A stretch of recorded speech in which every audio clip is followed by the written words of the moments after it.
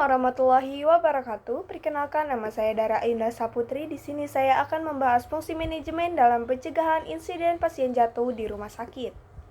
Menurut WHO tahun 2019 diperkirakan 646.000 insiden pasien jatuh setiap tahunnya. Hal ini menunjukkan bahwa manajemen pencegahan rumah sakit masih kurang maksimal dalam implementasinya. Dibuktikan dengan masih terdapat rumah sakit yang belum mencapai 0% kejadian pasien jatuh sesuai dengan standar akreditas rumah sakit. Berdasarkan tinjauan lebih lanjut, berbagai macam strategi pencegahan pasien jatuh di rumah sakit dapat dikategorikan berdasarkan fungsi manajemen menjadi 4 kategori, yaitu planning, organizing, actuating, dan controlling atau yang biasa disebut dengan POAC. Pada salah satu kasus studi cohort observasional ini dilakukan dari Desember 2016 hingga Juni 2017.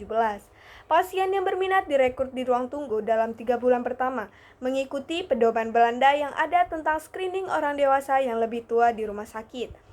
Pasien berusia kurang lebih 70 tahun yang mengunjungi NOC atau AD dari Erasmus Medical Center di Rotterdam, Belanda, diundang untuk screening risiko jatuh. Hipotesis nolnya adalah tidak menemukan hubungan antara kepatuhan pedoman dan determinan kepatuhan pedoman. Untuk perhitungan ukuran sampel, kami menetapkan probabilitas ambang batas untuk menolak hipotesis. Untuk membuktikan kepatuhan pedoman, diperlukan partisipasi 38 pasien dengan risiko tinggi jatuh. Mempertimbangkan risiko jatuh tinggi rata-rata 37,5%, non-respon diperkirakan 65%, dan putus sekolah dalam pencegahan jatuh diperkirakan 15%. Setidaknya 183 pasien harus ikut. Pasien disaring di departemen ini karena jumlah pasien lanjut usia yang lemah. Kriteria eksklusi adalah yang pertama, tidak memahami bahasa Belanda, dan yang kedua, ketidakmampuan. Pasien yang disaring di NOC diberitahu tentang penelitian tersebut oleh salah satu peneliti mereka yang berminat memberikan persetujuan berdasarkan informasi segera setelah penyaringan. Pasien yang disaring di UGD menerima informasi tentang penelitian dan memberikan persetujuan berdasarkan informasi melalui surat. Selain pengumpulan data di departemen, data juga dikumpulkan melalui survei 2 minggu dan 3 bulan setelah penyaringan. Komite Etik Medis Erasmus MC Universitas Medical Center Rotterdam memberi persetujuan. Studi ini mencakup intervensi dan pengumpulan data melalui survei. Dalam intervensi tersebut, pasien disaring untuk mengetahui risiko jatuh di 2 bagian rumah sakit. Pasien dengan risiko jatuh rendah menerima selembaran yang menjelaskan bahwa pada saat penyaringan mereka tidak memiliki risiko jatuh tinggi. Pasien dengan risiko jatuh tinggi dihubungi untuk analisis risiko jatuh yang komprehensif guna mengidentifikasi faktor risiko yang ada.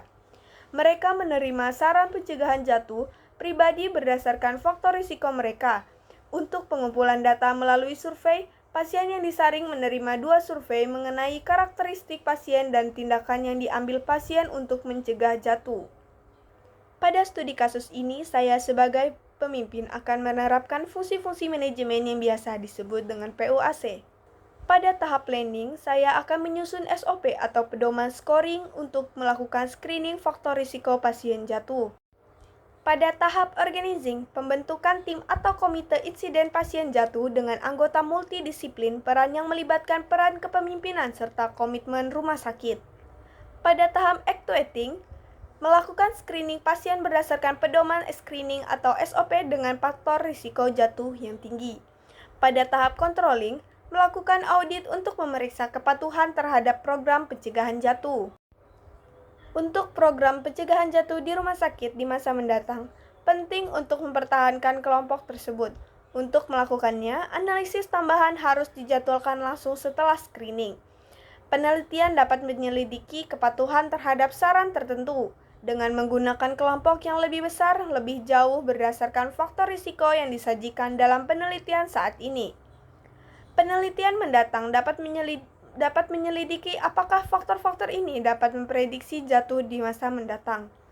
Namun, kepatuhan terhadap pencegahan jatuh tetap menjadi tantangan utama yang melibatkan penyediaan layanan kesehatan. Perhatian yang sedikit lebih personal berpotensi meningkatkan kepatuhan terhadap sarana yang diberikan. Sekian dari saya. Wassalamualaikum warahmatullahi wabarakatuh.